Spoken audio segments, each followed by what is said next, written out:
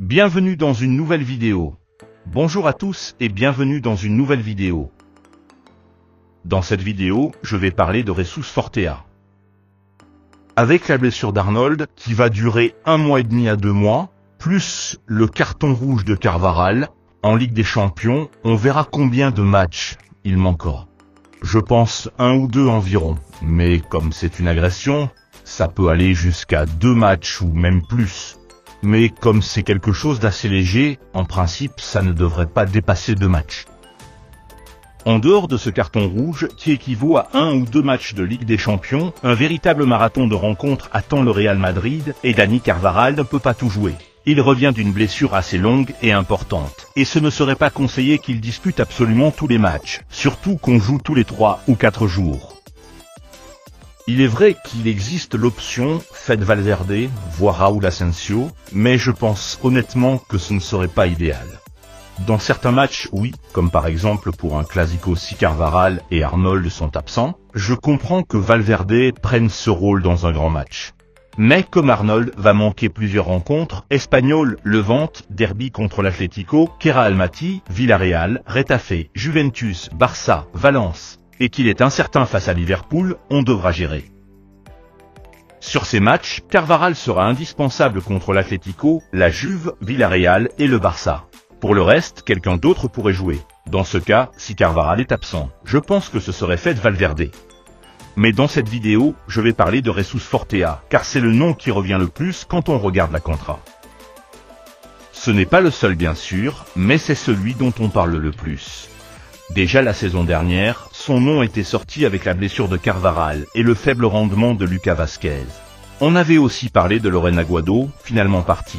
Mais aujourd'hui, Fortea est le joueur le plus évoqué.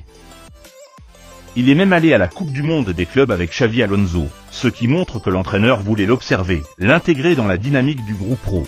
En ce moment, Fortea est clairement le nom le plus marquant de la contra.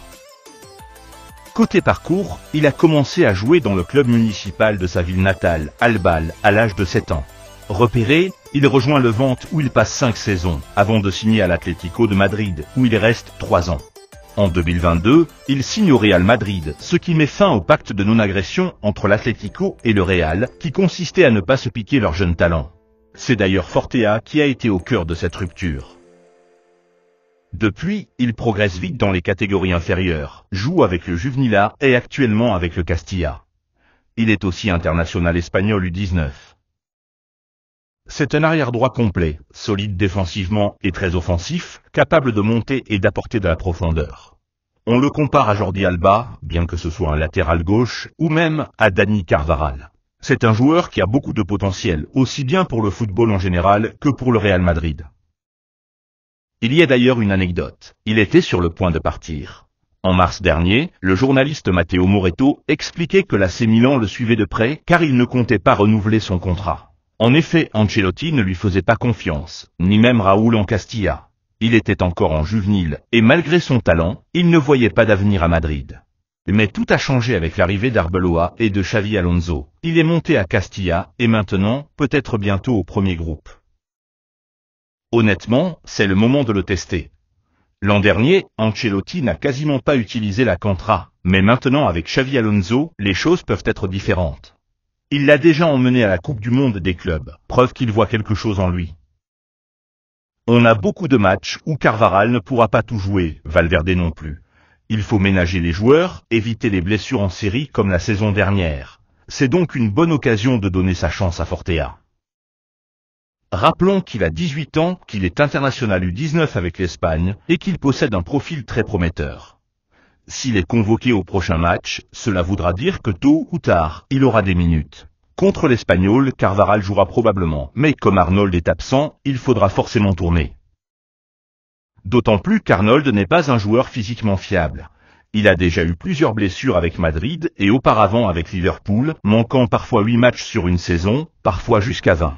C'est donc un risque et une raison supplémentaire pour tester quelqu'un de la contra, en l'occurrence Fortea, qui a l'air d'avoir convaincu Xavi Alonso. Il y a aussi David Jiménez, déjà convoqué sous Ancelotti, mais celui qui semble être choisi, c'est bien Jesus Fortea. En résumé, il a 18 ans, un profil complet, une projection intéressante, et il est temps de le voir à l'œuvre avec l'équipe première. Si ça marche, tant mieux. Si ça ne marche pas, on testera d'autres jeunes, il y en a. Voilà, je m'arrête ici. Comme toujours, n'oubliez pas de vous abonner à la chaîne si vous êtes madridista, pour ne rien manquer de l'actualité du Real Madrid. J'espère que vous allez bien et à très bientôt. Au revoir.